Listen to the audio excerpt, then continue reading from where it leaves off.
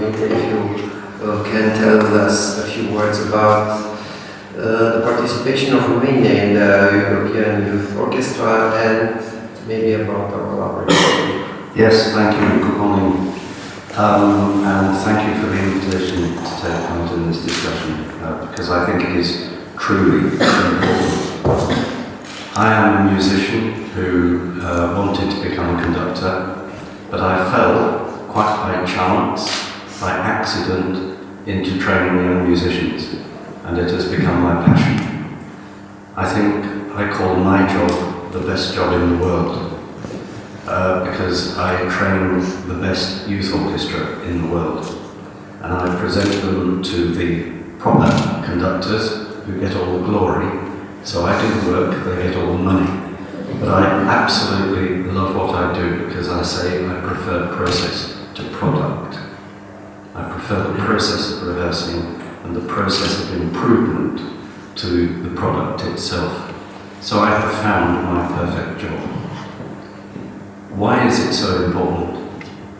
For a world where things seem to change all the time, and very often for the worse, the product of playing music in a group of young people is simply the best thing they will ever do in their lives.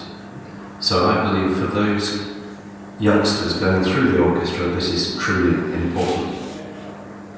My role with the orchestra also covers taking auditions. I don't take all of them, but I take most of them. So this year I travelled to 15 countries of the 27.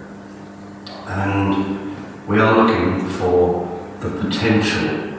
It's potential almost more than ability. We're looking for the potential of the youngster to grow into an EUIO musician. And with that hat on, I have come to Romania maybe 7 or 8 times to audition for EUIO. I love what I hear here. The talent here is quite extraordinary, and I don't say that to every country I go to.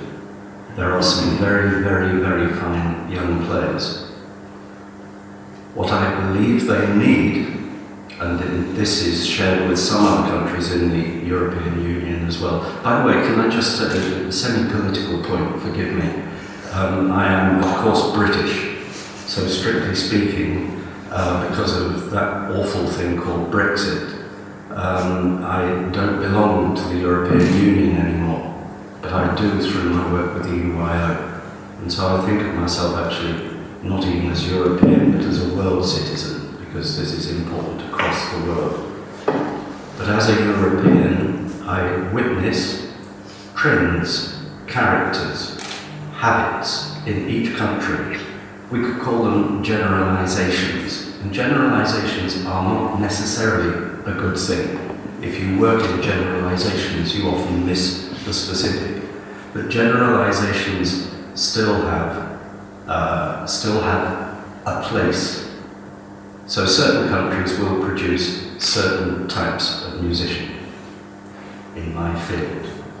And what Romania needs, in my humble opinion, is a stronger orchestral foundation. Not just the individual ability, but the group ability. So there are certain countries, my country is one, where the orchestral side of things is very good, but the individual standard is less high. If you look in Estonia, the standard of playing is very good, but the orchestral is not. And so these generalizations do apply. So when the Romanian Cultural Institute asked me to become involved in the project called artgoeson, I was delighted because this was an opportunity to strengthen, again, in my humble opinion, to strengthen the group music making that is going on here.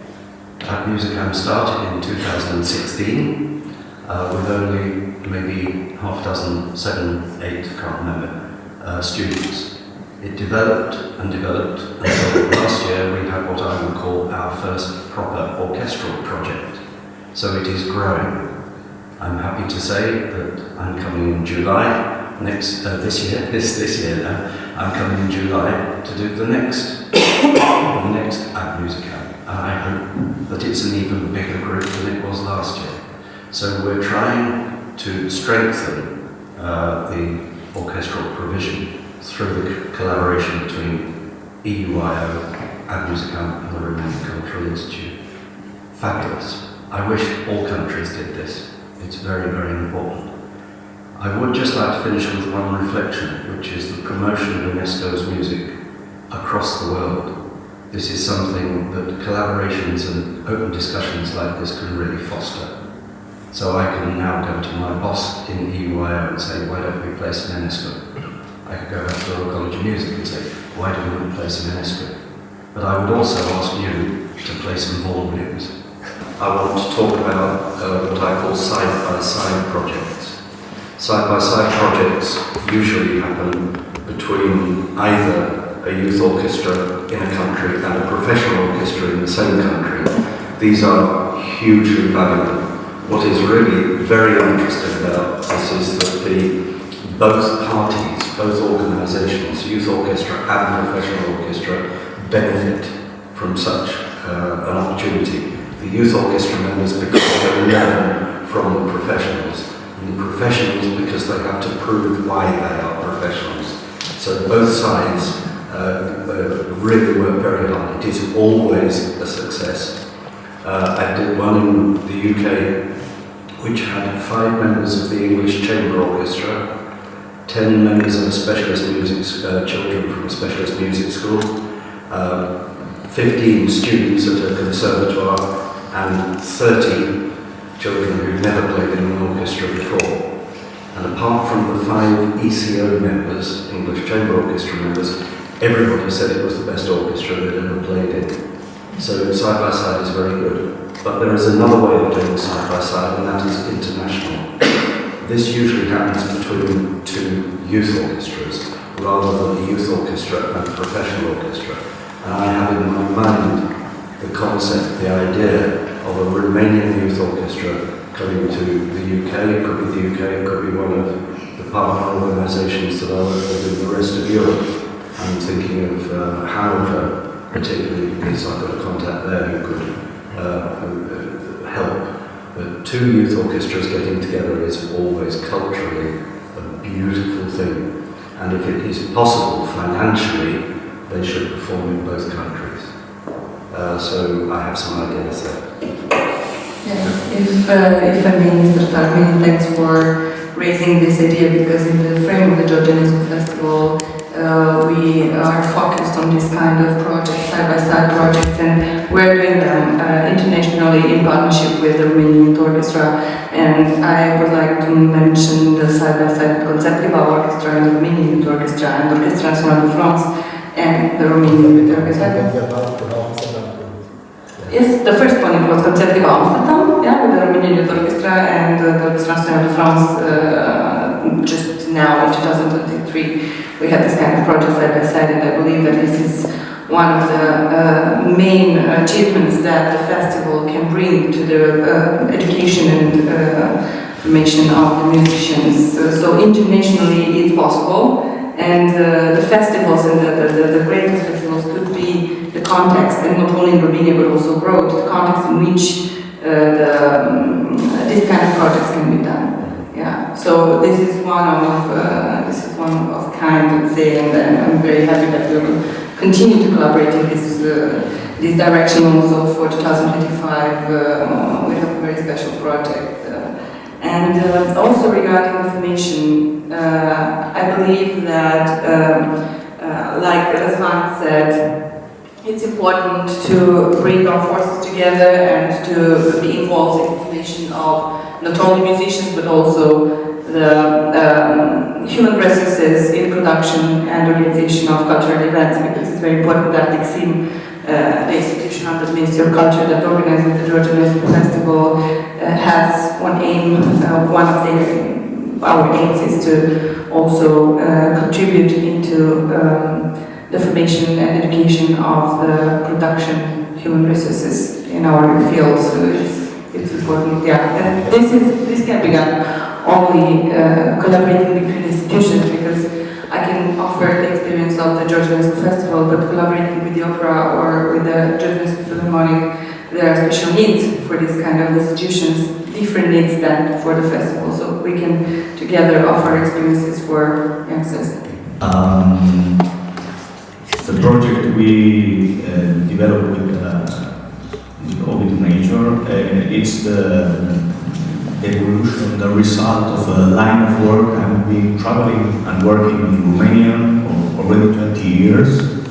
I started in youth orchestras in Argentina, created by the maestro José Antonio Abreu, coming from Venezuela.